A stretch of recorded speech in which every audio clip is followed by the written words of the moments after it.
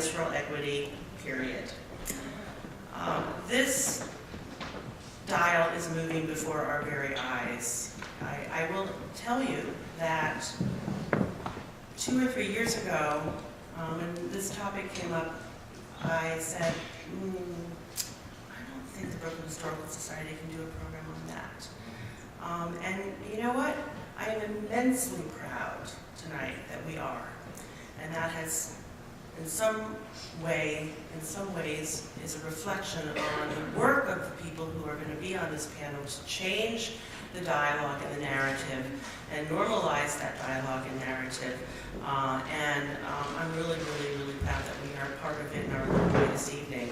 A shout out to the folks who made the game, period, in the back there. You can look at it and play with it later on your way out. They asked if they could come and show you all how they are normalizing this discussion. And in so many ways, the conversation has changed. When I was younger, this was not something that was talked about. But now, it's not just Karen Gandhi, who freed lead through their first marathon. It's not just that a film about menstruation won the Academy Award for Best Documentary Short.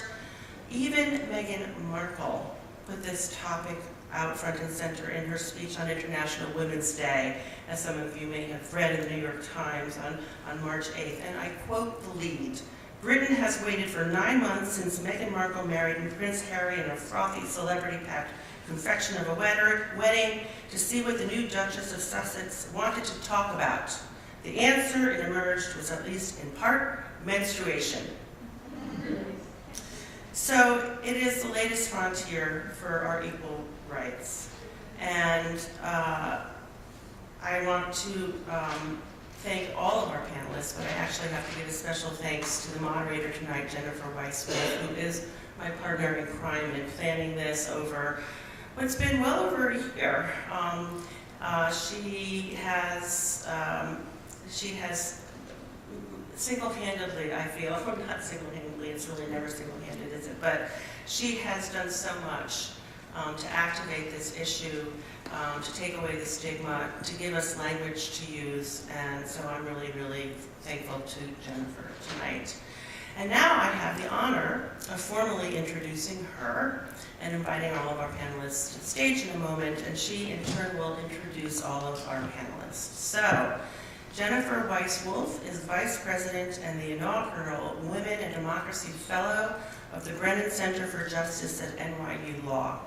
A leading advocate for issues of gender politics and menstruation, she was dubbed the architect of the U.S. campaign to squash the tampon tax by Newsweek, and the nation's tampon crusader by New York Magazine. Her 2017 book, Periods Gone Public, Taking a Stand for Menstrual Equity, was lauded by Gloria Steinem as the beginning of the liberation for us all. A regular contributor to Ms. Magazine, Weiss-Wolf's writing and work have been featured by the New York Times, Washington Post, Time, Cosmopolitan, Harper's Bazaar, Teen Vogue, Marie Claire, Vox, Vice, and NPR, among others. She's also a contributor to the 2018 Young Adult Anthology, Period. 12 Voices Tell the Bloody Truth. Please help me welcome Jennifer and the panelists.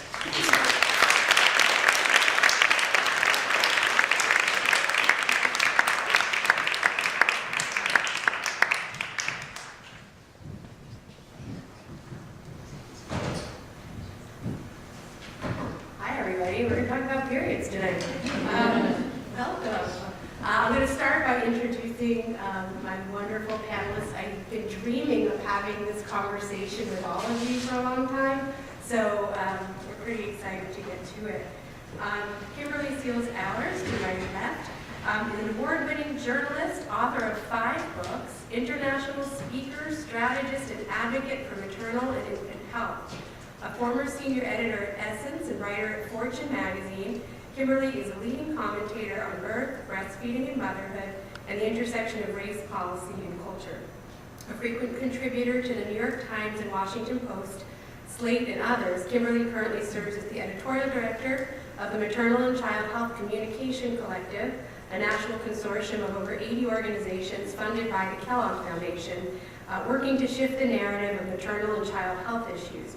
Kimberly is a graduate of NYU and Columbia's Graduate School of Journalism, and a divorced mother of 2. She lives in Queens with her very excellent children, who I always see on Facebook driving you around the uterus. Okay, when Uber meets the uterus. Maya Dusenbery is a freelance journalist, editor, and author. Her first book, Doing Harm, The Truth About How Bad Medicine and Lazy Science Leave Women Dismissed, Misdiagnosed, and Sick, which explores gender bias in the medical system, was published last year. She's editorial director of the incredible site feministing.com and has previously been a fellow at Mother Jones Magazine and a columnist at Pacific Standard. She's written for Slate, Cosmo, Huffington Post, The Atlantic, among others.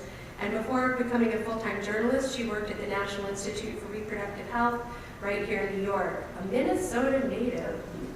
And she is currently based in Portland, Oregon. Welcome, Maya.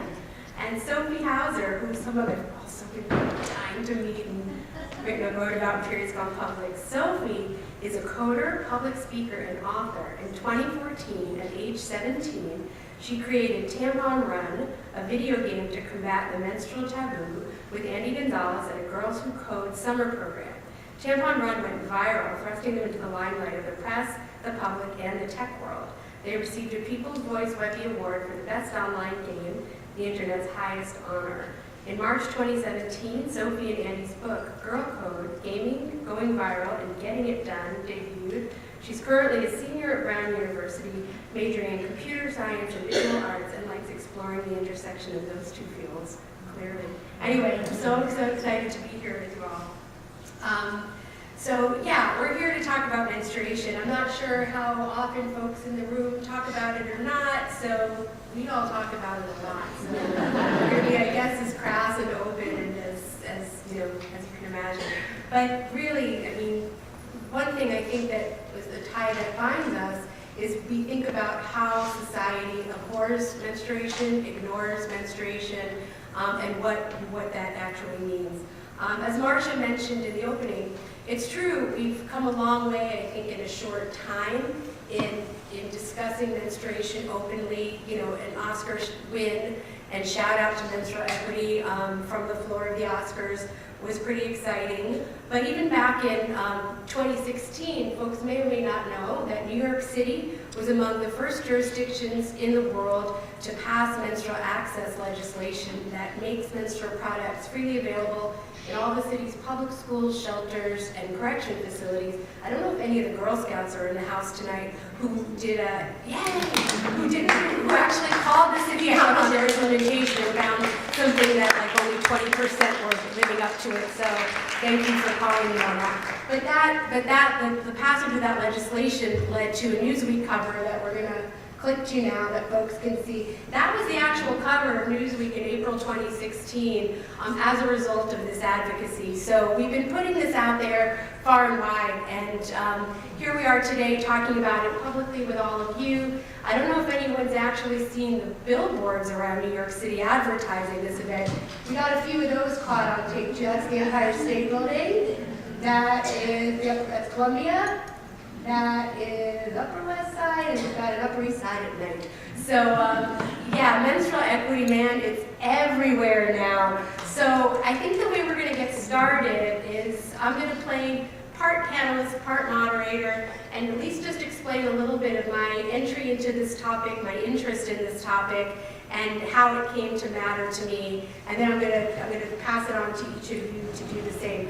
Because I don't know about you all, but I did not grow up thinking I was going to become a menstrual activist. I am a lawyer. I work for the Brennan Center for Justice by day. And while I think a lot about the tools for achieving legal and social change and democratic participation and civic engagement, I'd actually never linked it to menstruation myself until 4 years ago. 4 years ago, almost exactly to the day. I know this because it was a very crystal clear day. This is probably one of the few rooms I can ask this question in and have like lots of hands raised. But I don't know if anyone here participates in the polar bear swim on New Year's Day. That is my creed. That is how I ring it every single new year. So January 1st, 2015, I was taking the plunge, dressed as Wonder Woman for some reason, which just matters in that I was really in a rush to post my pictures on Facebook when the swim was over because we looked so silly. And while I was posting these Wonder Woman beach pictures on January 1st, I came across on my Facebook newsfeed a post by a fellow mom in my town that her 2 teenage daughters were collecting tampons and pads for our local food pantry. And I think just like the clock stopped ticking at that moment, I never thought of that. I had never considered that, and I had this just completely visceral reaction to it. I immediately wanted to know more and started delving into all kinds of Googling and research and learning about global interventions and innovation. But I was particularly hung up on that this was happening in my own backyard, and that this is something that these 2 teenagers had figured out by having conversations with people who were, part of the food pantry. And I just couldn't imagine that we were right at that moment, I was living in a society where the issue was so buried that the food pantry didn't even have any formal way of going about meeting this need, but for 2 teenagers to go out and start collecting the products. And because I think about law and policy by day, I immediately started to question what that meant. If half of our society lives by the laws of our society, why isn't menstruation reflected in our laws? It was just a very sort of simple question that continues to sort of churn through my brain and keep me up at all hours of the night. So I started really kind of thinking about what it would mean to put menstruation front and center in our lawmaking and what that could look like, how that could affect everything from tax codes to employment law to disability law to how departments of education and corrections and homeless services think about the communities that they serve. So that's basically what I set about doing. Along the way, I managed to start doing public writing about it and really forcing a public discourse because I truly believe that to change laws and to change culture, we need to bring the public along with us. So menstruation kind of, if that is true, menstruation makes it exponentially true. If this is the verboten topic and the thing we're never talking about, well, how are we going to convince all of us that this needs to be something we need to push our lawmakers to change? So that's the really shortest version of the story of my activism and the work that I've done. And I think I'll probably end up, it'll intersect as we have the conversation. But you all each have stories that are a little bit different and a little bit the same and occupy different areas of sort of the public sector. So I can't wait for everyone to hear your stories and then bring them together for a wonderful conversation. Okay. Take it away. So I think my aha moment around menstruation and kind of wanting to speak on this issue, as was mentioned, I spent a lot of time talking about maternal health and mostly, particularly in my last book, talking about the way that society and culture doesn't support women around the things that they usually do with their bodies, which includes birth, breastfeeding, and also menstruation. And that many of these things suffer from lack of policies that properly support women, whether we're talking about paid maternity leave or the tampon tax, whether we're talking about what's going on with birth. And so for me, this was just a parallel conversation around the things that women usually do that society does not support, or they create stigma and shame around, that women have to basically MacGyver their way through it with their own solutions because they aren't being properly supported by social norms, policy structures, or even within our own conversation, right? We haven't always created space as women to openly speak about these things. And so that was really important to me. I also have a daughter who's now a freshman at Spelman, and I remember my own anxiety about having that conversation with her, even in all the work that I do. So it was really interesting for me to see really what I felt was a generational a stigma and shame, right? Because my mother didn't really talk to me about my period except to give me a stack of newspapers and to tell me to wrap everything up, which was very traumatizing. Don't spend too much time summer that's really bad.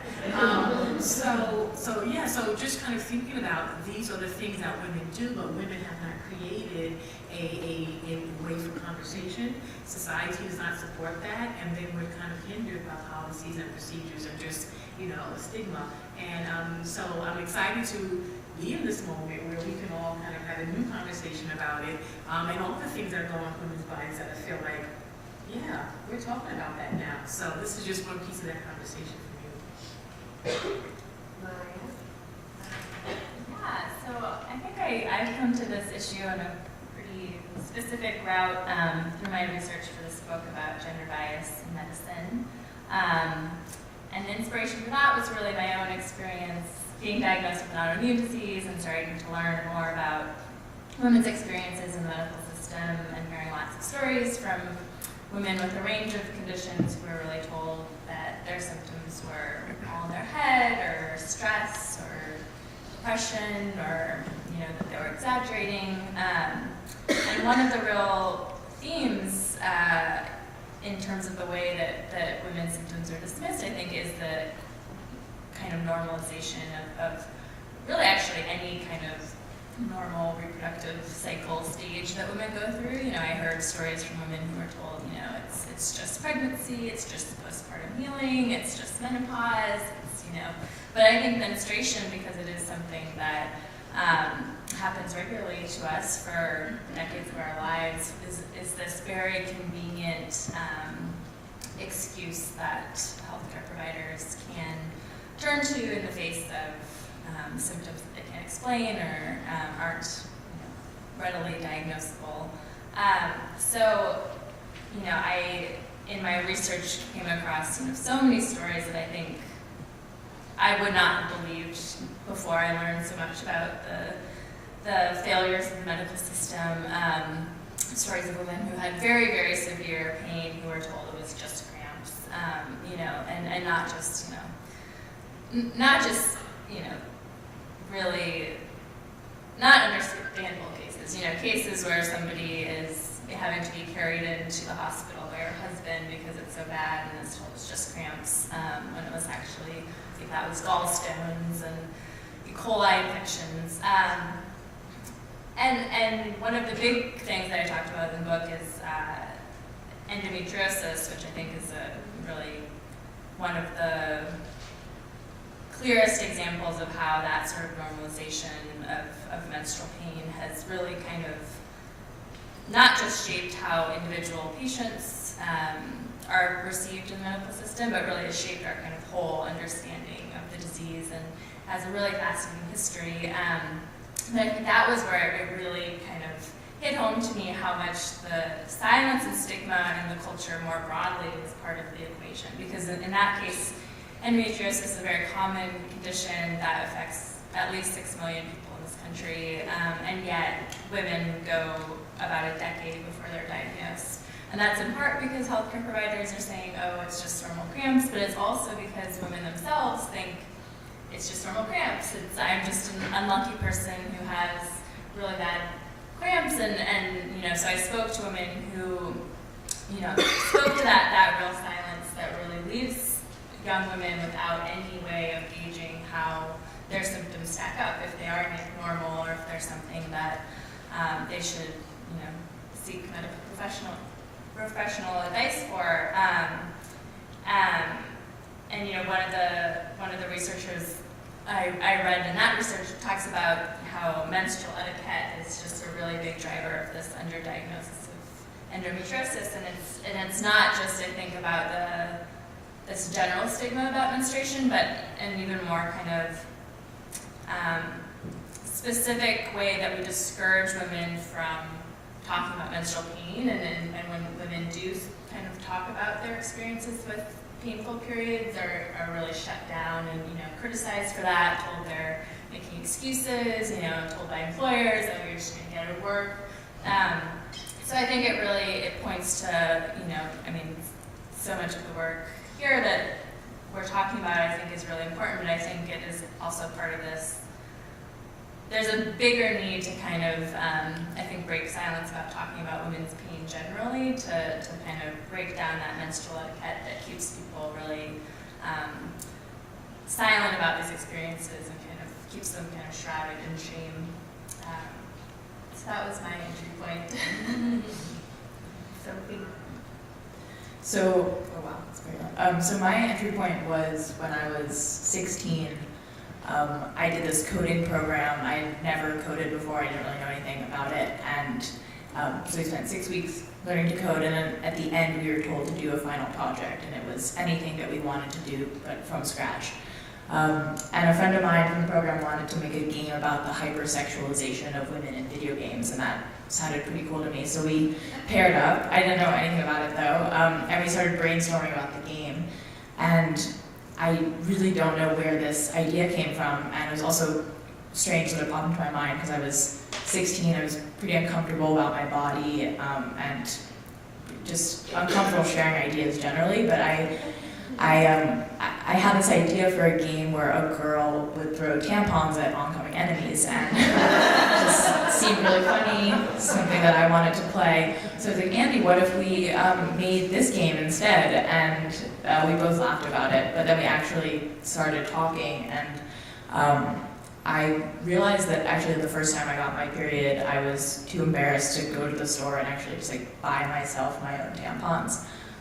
Like the idea of looking at the cashier in the eye with the box, it seems unbearable, or anyone seeing me with it on my way home. So my mom did that for me. So thanks, Mom. And I also realized that I was like stuffing my tampons up my shirt or my like sleeve to go to the bathroom when my female friends and I were talking about our periods, and our male friends would kind of come into the conversation. They'd be like, "Oh, that's gross," or we'd like stop talking very quickly. Andy and I were both just like, this is really weird that we're having these experiences, and we went online and realized that actually it was a much larger problem than just what we were experiencing. It was incarcerated women, it was homeless women, it was outside of the US, a much larger problem, and we were like, we need to make this game. So we made the game, and the game had this whole kind of intro preamble about the menstrual taboo, and about what the humor was actually about. And the night before my senior year of high school, I posted it online to tamponrun.com, and it was very simple. It was just the game, and literally the next day it had gone viral. And we still don't really understand how or why that happened, but it was just wild. I mean, all of a sudden we were talking to journalists about our periods, about the menstrual taboo, women in gaming, all the important topics, and doing public speaking about it, and it was definitely very crazy for a 16-year-old me, but also a lesson in the fact that this was resonating with people. People wanted to talk about it. People wanted some sort of outlet to be talking and thinking about it. So it's funny, I actually have questions here that I'm already pushing aside because I'm so intrigued by all the different things. But the idea of like the personal being political, right? Like we probably each have our own story. I always say that before I started doing this work, which is for me 40 years ago, I don't think I've said in the past 4 years, the words period, tampon, menstruation, more in the past 4 years than I ever did in the 47 years leading up to it. And it's interesting, people often ask those questions about the personal, and I think often about like the personal being political, and I'm really kind of now hung up on the word you just said, menstrual etiquette. So what does menstrual etiquette mean to each of us? I would love everybody to kind of think I'm not going to answer first since I'm throwing out the question because I haven't thought about it. But I would like to sort of understand this intersection of personal, political, and why it is the way we talk about it matters to how other people respond to us. Somebody asked me earlier what it felt like to talk to male legislators and testify in front of almost all male legislators about menstrual access. And my answer was, oh my gosh, that's almost the easiest thing for me to do, because anybody else's discomfort becomes my automatic control. I can set, as they're kind of sitting there cringing a little bit, I can set the tone of how we're going to talk about this. My body language is clear, the vocabulary is clear. I don't use euphemisms. I don't let them get away with using euphemisms. And the truth is in all the time I've done this, no legislator has ever melted into the floor or disappeared or self-combusted when they had to talk about menstruation. Like they got there. Some it might have taken them a minute or two more. And I find that in my own personal life, it has it has improved my life to the nth degree to now be able to talk about this issue freely. I think that the legislators that I've interacted with, I would dare say the same for them. They've engaged in really interesting discussion. They've managed to pass laws and incur, and bring on conversations that have improved other people's lives, both in terms of destigmatizing menstruation and in terms of creating policies that improve the lives of those who menstruate, whether it's the focusing on the economics of menstruation or mechanics of menstruation. So that personal and political shift for me has been transformative. Would you all agree with that statement? Or are there any things I'm missing when I say that? Does that sound too clean and easy? You can go in any order. I'm just looking at me.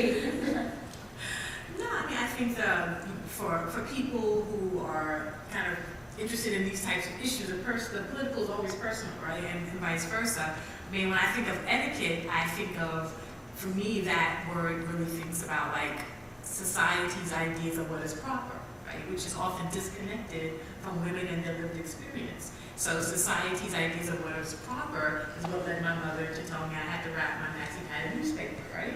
Because that was her interpretation of that idea. My interpretation with my daughter is that we have very open conversations. Sometimes we're period buddies and we're on the same cycle. We laugh about it. I tell her to stay away from me because I have a lot of traveling to do and you're going to mess up my cycle. Yeah, you just told it before. Yes, it's right in there.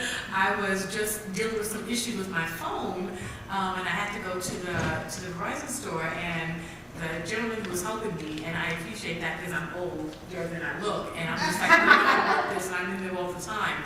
So he was saying that the problem was that I was having certain apps that may have been causing these pop-ups. So he's going through all my apps, and he's telling me, this doesn't look credible, get rid of that. Then he gets to my Clue app. So he was like, no, you can't.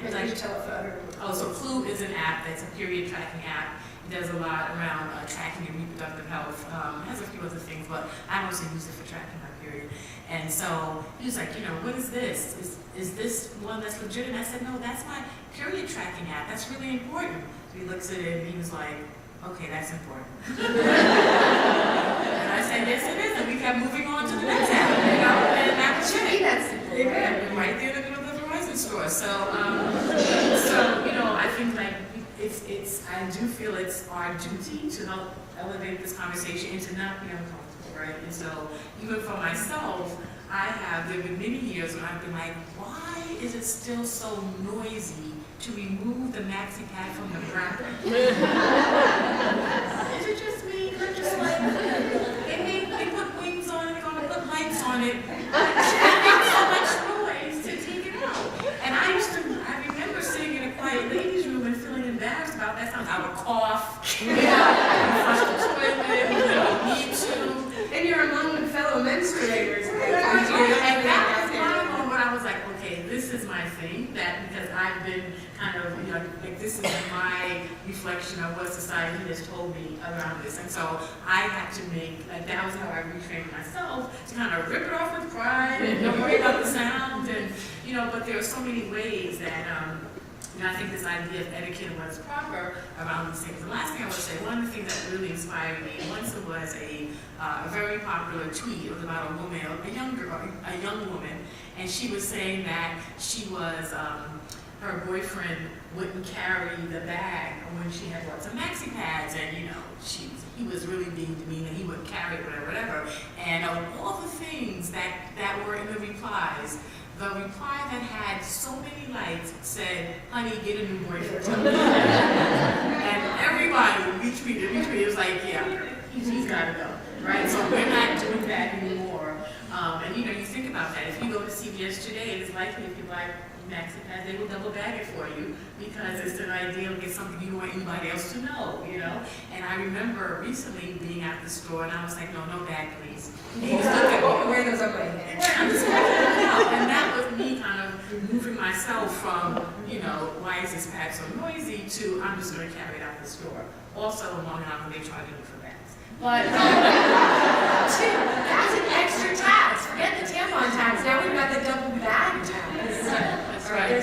So I think these, for me, are the elements of etiquette, both personal and cultural, around the things that, you know, we're told to do and made to feel around purchasing, having the experience, feeling gross. And now I'm just like, yes, I think you can answer it.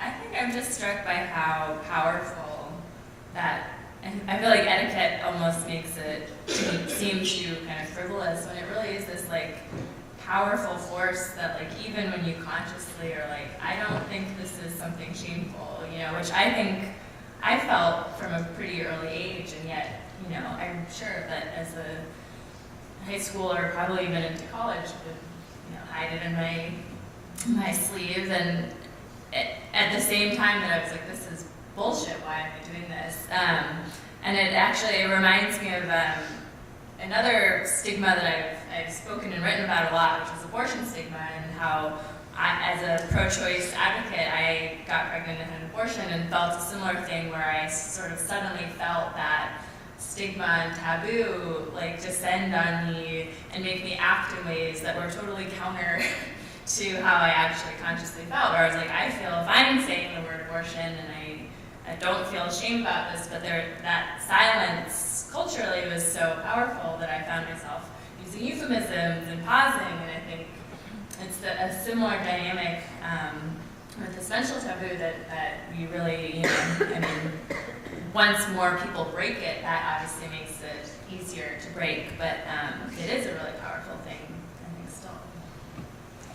Yeah, I mean, so this kind of all began for me partly because of the period etiquette stuff about shoving the tampons up my sleeve and everything. And so the game came out in September, and I remember kind of like in the months following, I would like walk to the bathroom with the tampon. Be like, you can do it. And at first it was like very scary, and I was like, I can do it. And then I remember one time, like my bag was out on a table at school, and like the tampons just fell out onto the table, and I had a lot of fun, like slowly picking them up.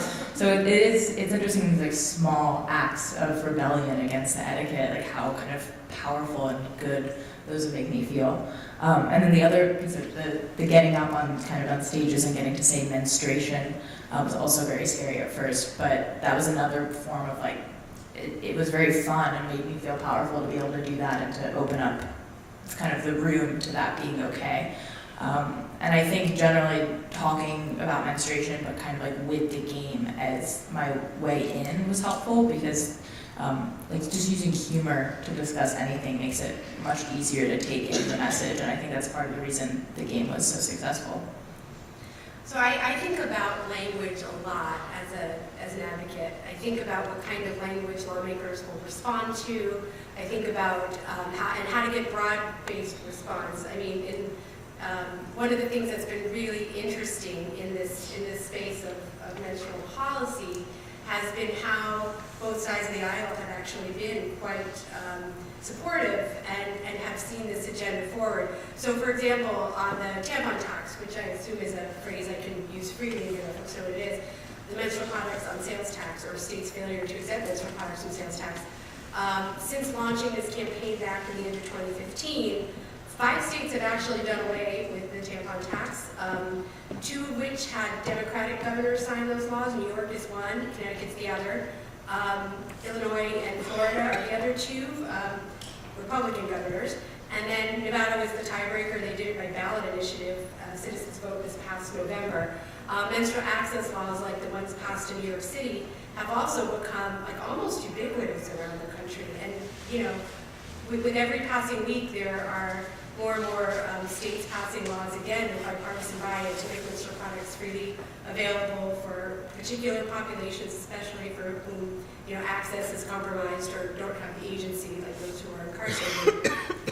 I don't know if folks know this, but even U.S. Congress, not this current Congress, but the 115th Congress, when the House and the Senate were both still Republican control, they passed criminal justice reform legislation at the end of the year in December that includes a very prominent menstrual access provision that President 45, blood coming out of her wherever, signed into law, is actually the first president to ever create federal menstrual access. Go figure. But if our working Congress can do this, and our polarized politics can accept menstruation, that has to be a sign of some progress. think that's come to be. I talk a lot about the language of the movement and the language of creating these policy avenues. So I've focused it very, very squarely on equity. My head's kind of spinning right now on the close connection of equity and etiquette, at least by letters of the alphabet.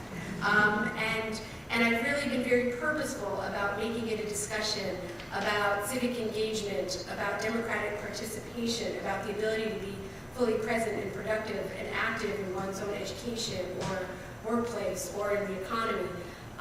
So I'm curious, like I'm kind of just thinking for each of your fields, how you think about the intersection, both of owning the dialogue around menstruation and the language that you've chosen to use and the gestures that you've chosen to make.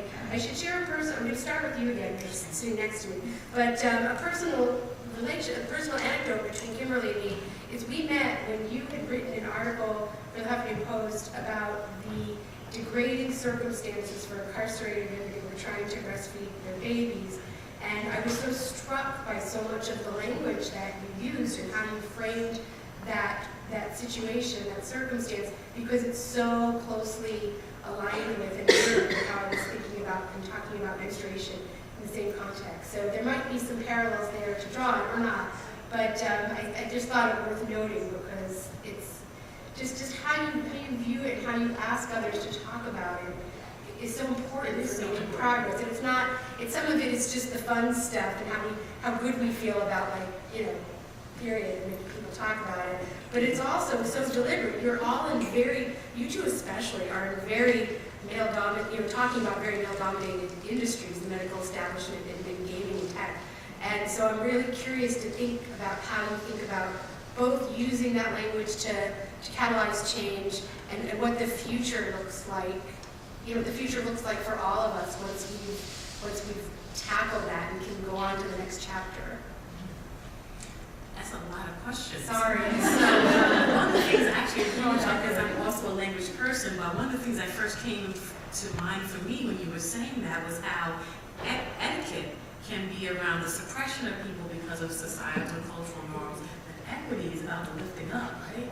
And the equity is about how do we make a level playing field for all. And one of the things that I love about the word equity, and appreciate that you're using this in this conversation, because I always make it clear that equal and equity are not the same thing, right?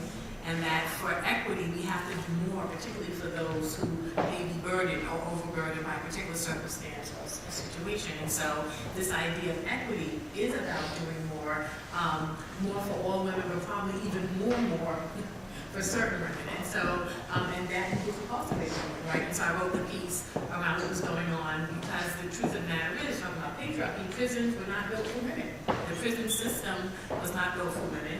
And so now that the prison population has been increasing, the female prison population has been increasing, they are now trying to figure out how to deal with women in prison, from everything from the fact that they have periods to the fact that they often have babies who need to be fed. And so there's been a lot of legislation going on around the country about how to have rights for women. And the problem with the many problems, one of which I will mention right now with our criminal justice system is that it's extremely punitive, right? And so if you have been to jail, and if you look at the data, most women are in jail because of a man, but we won't go there. The types of crimes that women commit and they end up at least in these state prisons, that here we're talking about them retroactively trying to accommodate women, which includes everything from menstruation to breastfeeding, and there's a lot of resistance to that. And our society is saying, you've committed a crime, so you should be punished. And that includes denying you support and access to your really basic biological functions, and I don't think that's what it's meant to be. There's actually, I'm just going to say, a headline going around today because I got like a bazillion Facebook notifications about it, that some legislator in Maine in discussion or testimony about a new bill there about menstrual access in states' prisons said they're not country clubs. That was his response to a proposed bill to provide menstrual products. Right. And this idea that, having products for menstruation is not a basic need, or giving your baby, like why are we going to punish the infant for where the mother is, right? Like the food is for the baby. So this idea that we are trying to be so punitive that we forget about basic decency and needs is something that, as a culture, we have to address. But it was particularly striking for me in terms of where I was going on for a lot of incarcerated women. You can take it in any order, too, if you want. Okay, switch the order.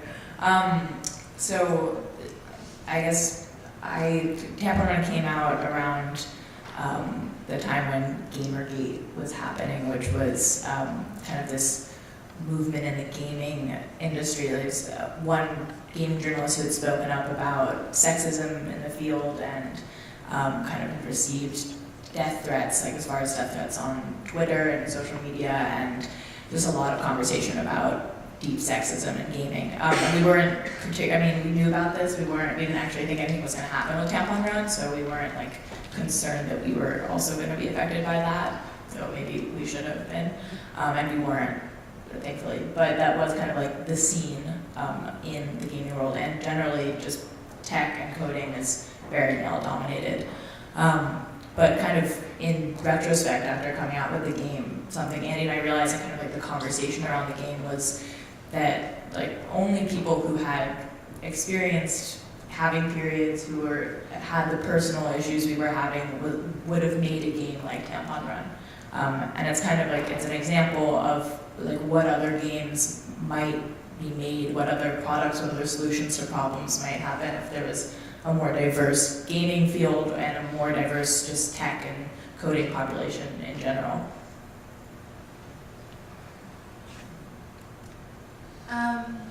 Yeah, I'm trying to think of a good answer to your question. I think I really like menstrual equity as a term because I think that it does do a great job of revealing the sort of power imbalances that are so critical here, and really showing that something that we take for granted is something that women who are incarcerated or homeless cannot take for granted. And I think that that's one of the things that makes me feel like this is an issue that can take us beyond menstruation to, other feminist and social justice issues very quickly, where you go from that to saying, okay, well, if homeless women need tampons, maybe we should also just give them houses,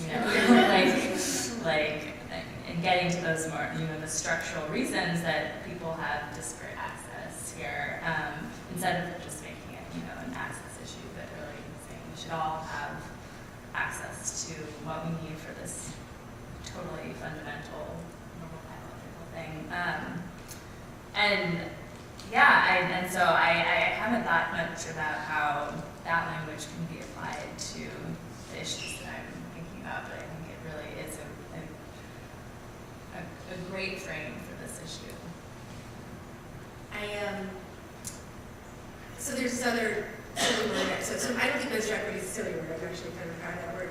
But there's another one that's a little sillier that I came up with in the book, and it just kind of, I was thinking about what a menstrual utopia might look like. And I was like, menstruatopia, and that's a word too. So now we're going to try out menstruatopia a bit here tonight too.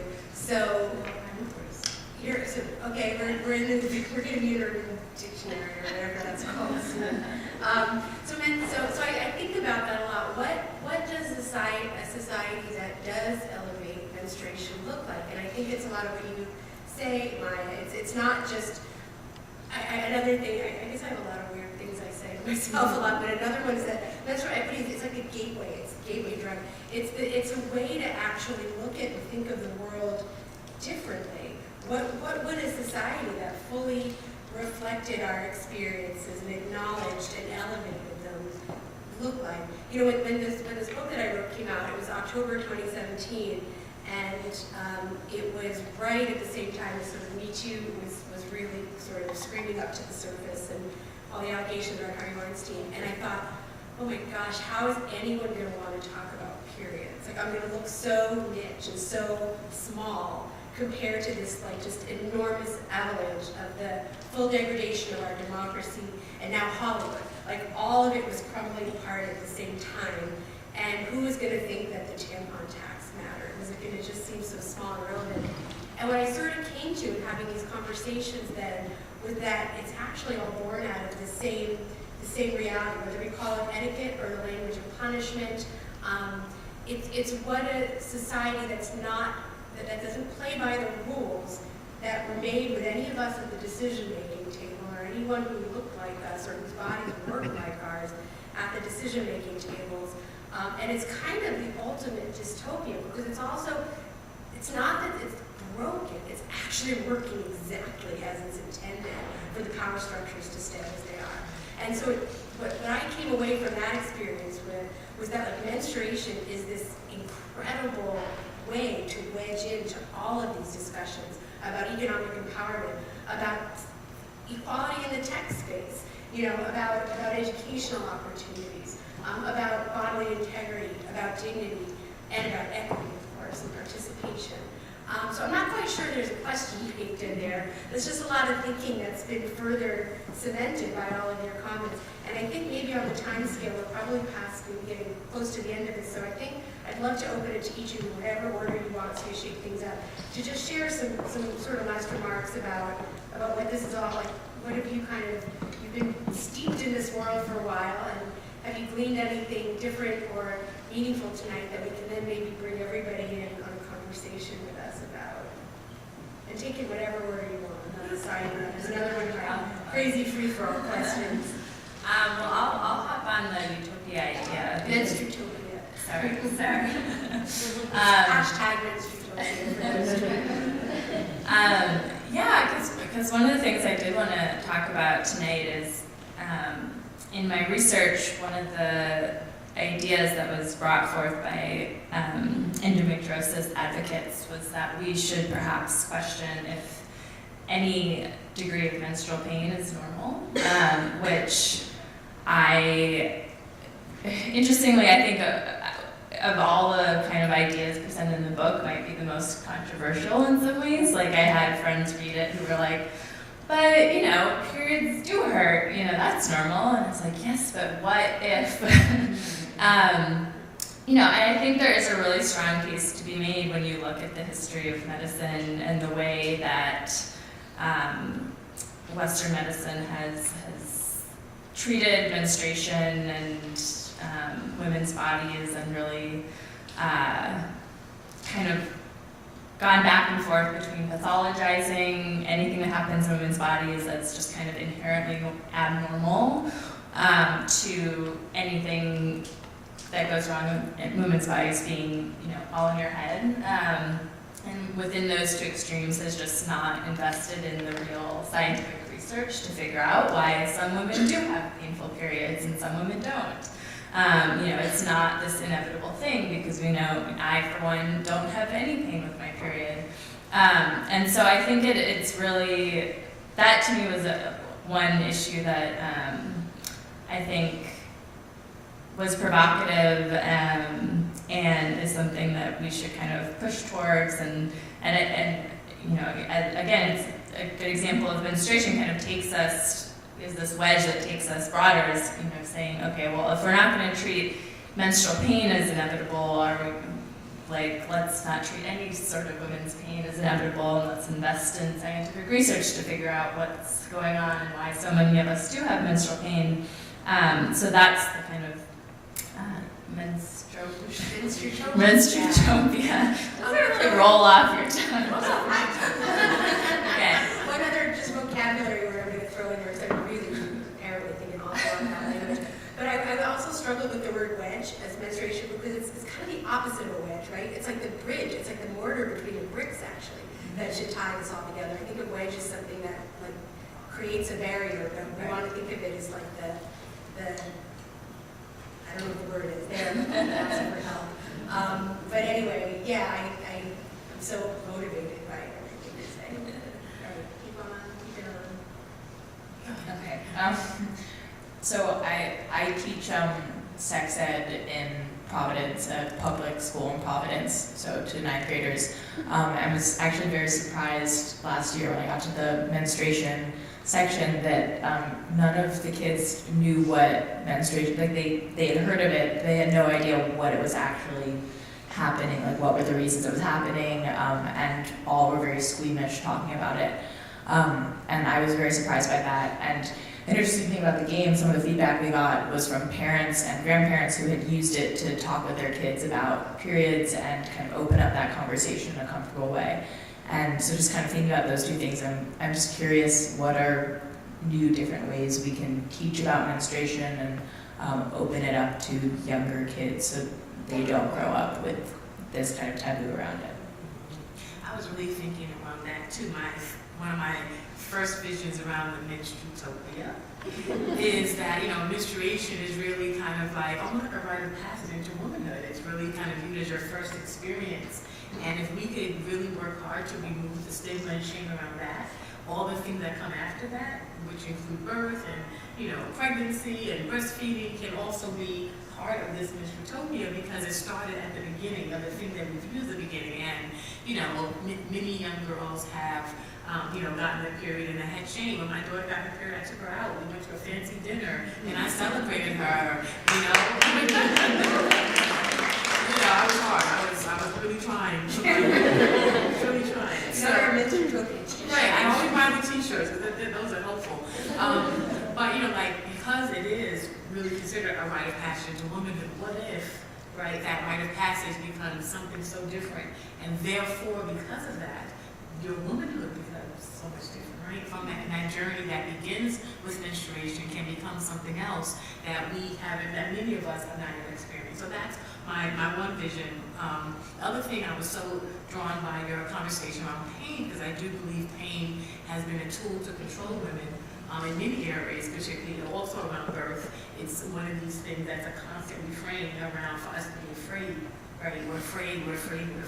And so, kind of how do we counter that? That's more of a question than anything else. But I think for us, perhaps in this menstruation conversation, to think about the words that are used to control our bodies, which include our fear of pain, a fear of pain. So that would be a part of my vision. And then lastly, in my really big picture of the world, that this conversation is included in our reproductive rights framework. I think that we need to broaden that framework. In this country, we frame reproductive rights only as the right not to get pregnant or to end an unwanted pregnancy, all very important protections, but they need to also include how we think and act in a policy related to our reproductive organs in general, including when you actually use them, right? And so if we are not building a women's movement that looks at all the things that women need to do, that looks at all the roles that women play in their lives, then we're really not building a board-based movement. So I don't know if anybody else is getting the feeling that we might be in for a fight on our reproductive rights. Anybody else is getting a little itchy? Spidey senses going off, gotta pull out our signs again. But that as we gear up for this next level, that we include these things in this broader conversation that needs to happen. So that way that we are making sure that we're protecting women's full reproductive cycle and all the things that kind of happen within that. So that's really my big dream. Yeah, I think that's where we're at too. And I would say actually to just link it back to, not that we're going to keep menstruation sort of cabined from the rest, but this menstrual policy has had so much extraordinary bipartisan success. I mean, it's just, there's almost nothing else in this country that you can say that about, that Democrats and Republicans have signed up for. And I think Republicans, maybe more, it can be a little bit of cheap grace for them. They don't have to get to some of the tougher stuff to step in on menstrual policy or menstrual access. But that's not a bad thing either. I actually interviewed recently a Republican lawmaker in Illinois, and he explained how his support for eliminating the tampon tax in Illinois made him more open to having the discussion about menstrual access in schools, which then led him and others, his colleagues, to support both an amendment to the Equal Pay Act, the state's Equal Pay Act in Illinois, and to get behind the ERA campaign. They're making Illinois the 37th state to ratify the ERA, making us one state away. Like that actual progression of one's mind took place through the context of menstruation was about the best thing I think I'd ever heard. And I think, this broader goal for using menstruation as a gateway to think about the ways all aspects of our society haven't fully served us, and now that we're really maybe for the fight of our lives and the fight of our generation and the generation to come, that, remembering how we've all felt about stepping out in the area of menstruation and menstrual-related discourse can help others in this movement, kind of consider and reconsider their own arguments and advocacy too. I think we've just tapped into something really incredibly vital here. But I know for me, 4 years ago on the beach at Coney Island, I would not have expected that day would have landed me here and talking about these things. The thing I always wish for people at the end of a discussion like this is that I hope your brain is as chaotic and loud as mine, and I imagine all of ours are, on this topic. I haven't stopped spinning on it ever since that day, and it's just, I think it's improved my own life, and I hope those around me, including my kids, my husband who's here, who talk much more openly about menstruation now, and the policies that it's forged, and the discussions that it's created. So I don't know if we're time or not. I don't see Marcia even flagging, but I would love to take it up to the audience now, because I find that these discussions are always more fascinating when everybody gets involved, and I see lots of hands anyway. So should we get started? Thank you so much for this panel, Jennifer. How you doing? This is Vanessa. My company is BU Period. It is to empower women through menstrual health, and I focus mainly on women who have issues managing their periods. And I guess in the order, what you said you teach a sex ed course. I have a brand called My Body Is My Gem, and my very first client was Black Girls Code. I focus on the 7 to 17-year-old girls to let them know that if they know that their bodies are their gems, they treat them differently. And so we go through each week leading up to the cycle, not just the day of. And each week they learn what to eat that works with them. They learn what goals to set that works with them. Then they learn how to go attack those goals. And then we even incorporate, all right, well, how can technology help bridge menstrual health equity? And then as far as pain, a lot of trauma we keep in our uterus. And there's a lot of us that is generationally passed down to. And as far as like the vision, I'm so there with you with, upon menarche, what does that really mean? And, instead of, womanhood, it's like, oh my gosh, I have this amazing GPS for the month called my period. And it can literally lead me on decision making. I think it's awesome, and I just think you're awesome too, Jennifer. I just think this is so awesome. So thank you, but that's my contribution that I wanted to add to everything that you just said. Literally, if we change around how we think about it, and if we have trauma, you mentioned policy. I mean, we can change all the policy we want, but when I had 22 uterine fibroids removed, Jennifer, and before that happened, when the fibroids were ready to come out, I knew they were ready because I knew my body. For 10 years, I researched, and I refused to get cut. But when I went to the emergency room, the doctors looked at me and said, if you don't stop bleeding, we're going to take it out. I said, take what out? They said, your uterus. I said, no, you're not. They said, yes, we are. I pulled up my pants, walked out, then did more research, and realized it's happening all over the country. That if we're not the first responders to our own bodies, from menarche, it's going to be really hard when we get to the medical side. We're averaging 10 to 15 years before we even see our first GYN from stigma, shame, and taboo about sex. So, yeah, I'm excited.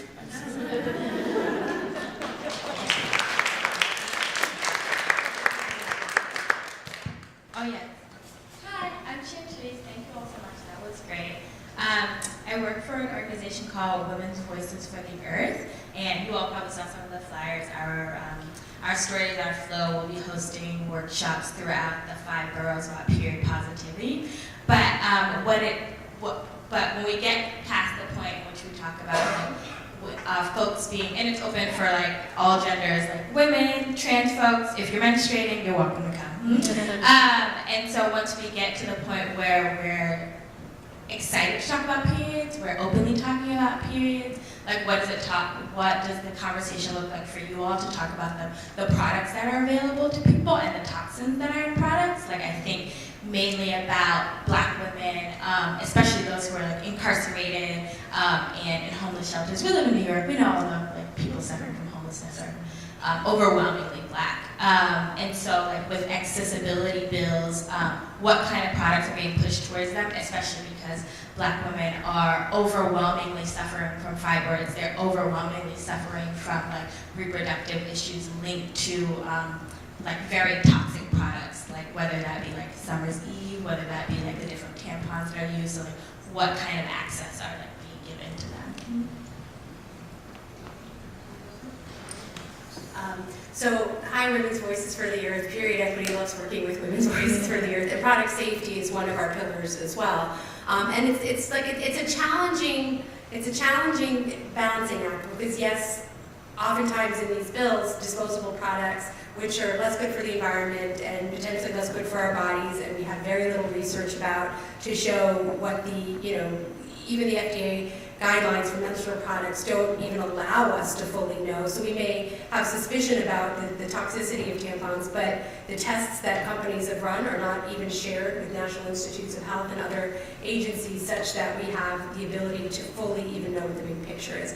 So that leaves us in this weird predicament of, well, we want to make sure people have the products that they need to be able to take care of themselves. We don't know the full story of the safety of these products. We don't necessarily have access to products that are either fully transparent or made with organic cotton, things that we can feel better about. We can't necessarily push reusable products on people who we don't know. It's not, my decision to tell you or anybody in this room, you should use a cup or you should use a cloth pad.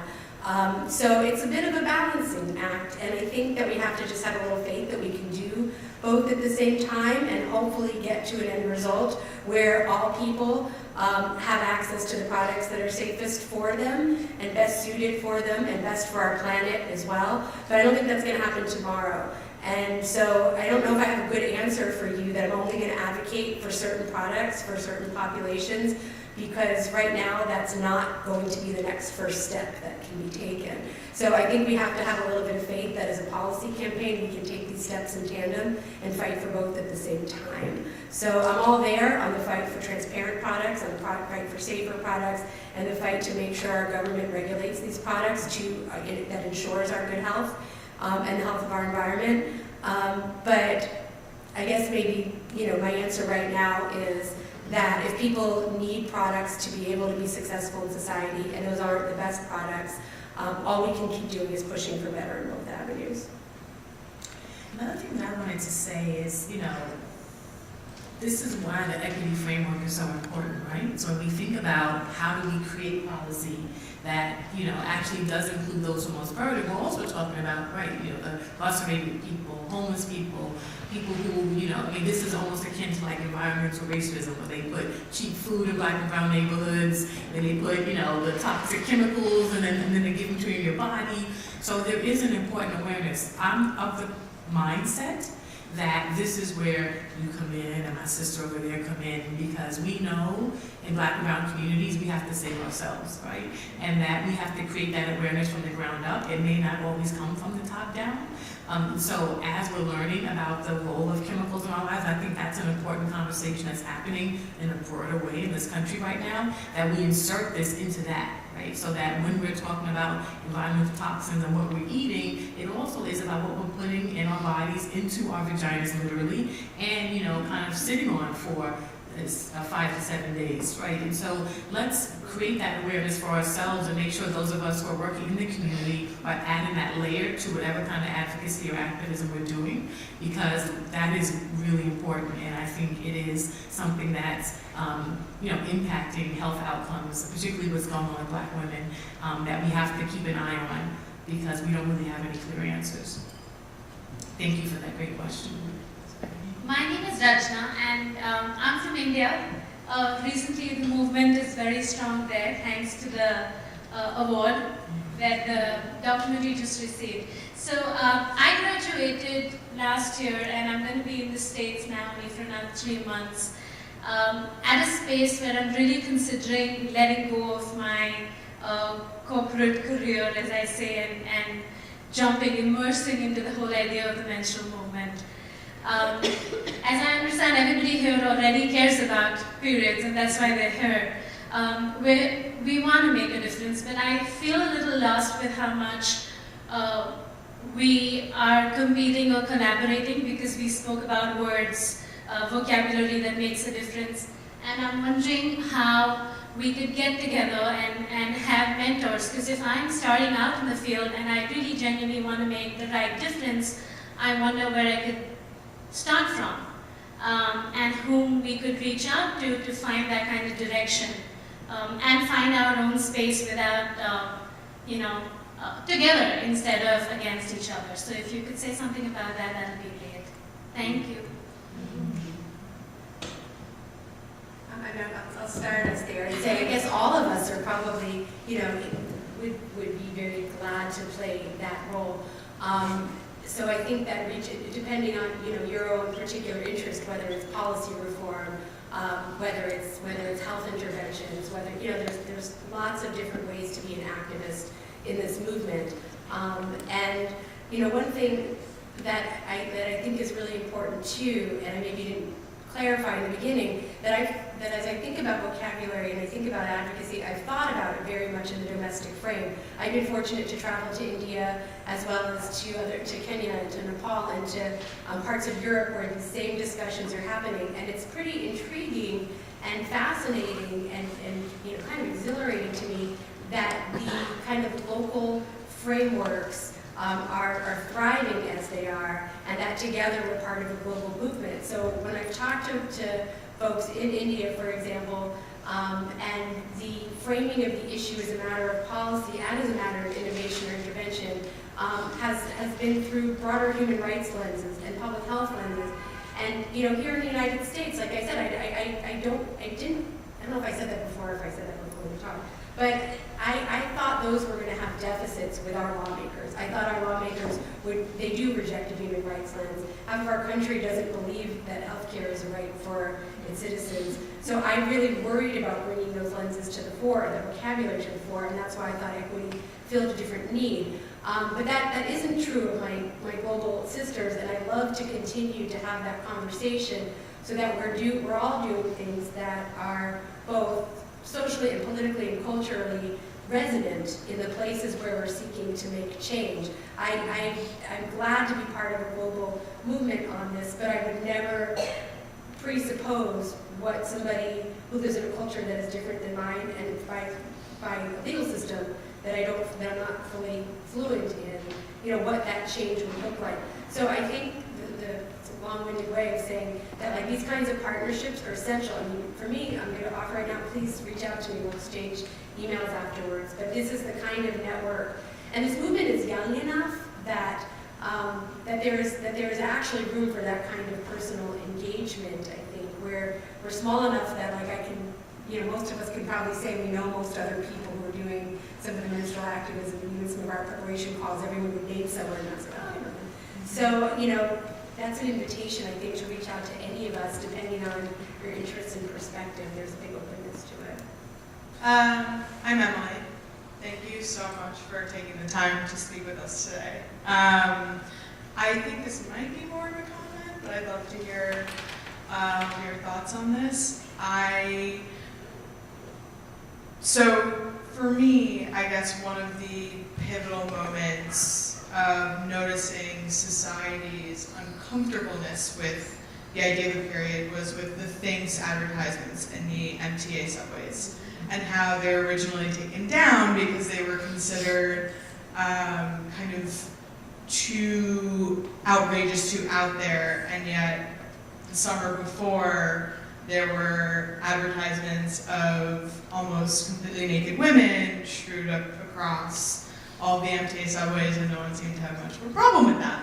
So in kind of thinking about this whole conversation and thinking about the idea of things, and also remembering, and if my information is wrong, please correct me, that the idea of the tampon and the pad were not actually developed with women in mind. It was kind of a first wave of dealing with this problem, and they were engineered by men who were the engineers at those places at the time. And I think for me, what's been so interesting and fascinating and encouraging is that with kind of women finally being able to bulldoze themselves into tech, into entrepreneurship, into engineering in ways that are just exponential to what it had been in the past, we're seeing startups and advocates who are changing the conversation of how we even take care of our bodies, and thinking of alternative ways to deal with it that don't kind of engage at all with issues like toxic shock syndrome, which is something that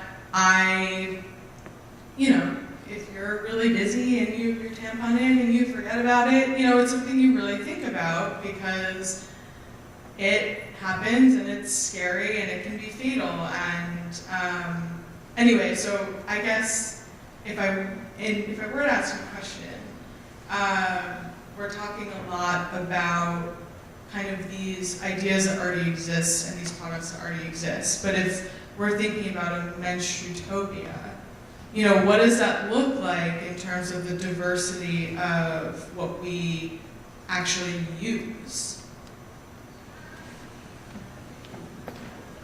Yeah.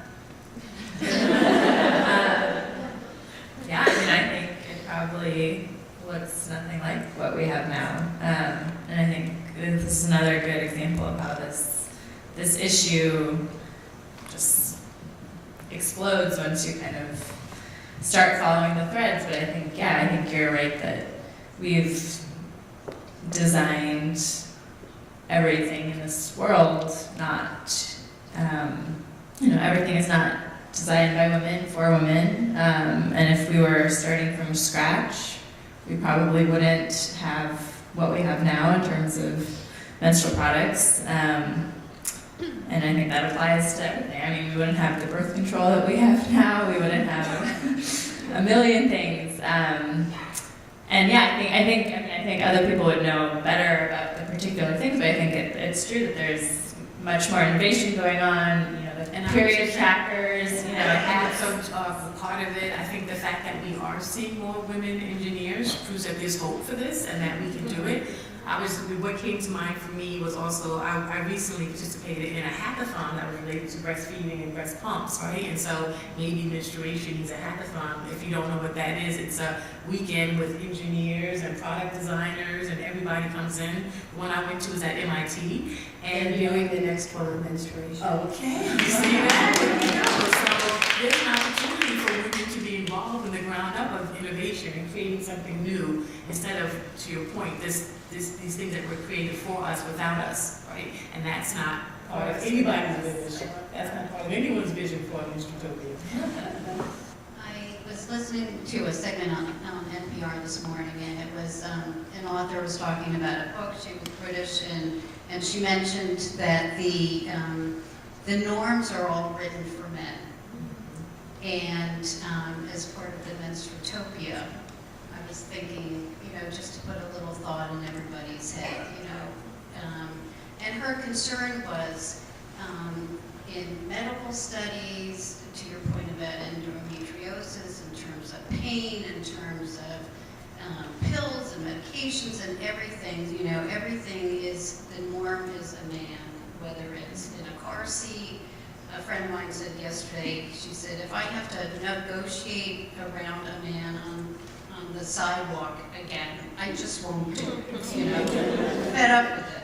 So just a little thought about for our menstruatopia, there are so many things where we could go with this, that it's not just bringing the menstrual equity, but really bringing so much more to it in the healthcare field, and it's in the tech field too, because not only coders aren't just guys who hang out in manga chat rooms, it's people who have to go on tampon runs. So that was just my thought for the evening. A line that I heard recently in a discussion with a wonderful writer, Jamia Wilson, she used the phrase, "The tools are not agnostic."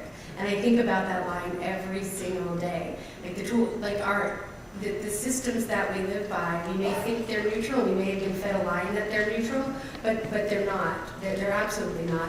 And that ranges from everything from laws and rules to technology to just everything around us. And I read an article recently that covered everything from the weight of doors to the length of a cockpit and how it's all based on sort of a male frame. So it said, while males go through life thinking everything sort of pleasantly exists, you know, for them, women go through life like sort of knowing they have to put an extra oomph into just getting the same exact things done.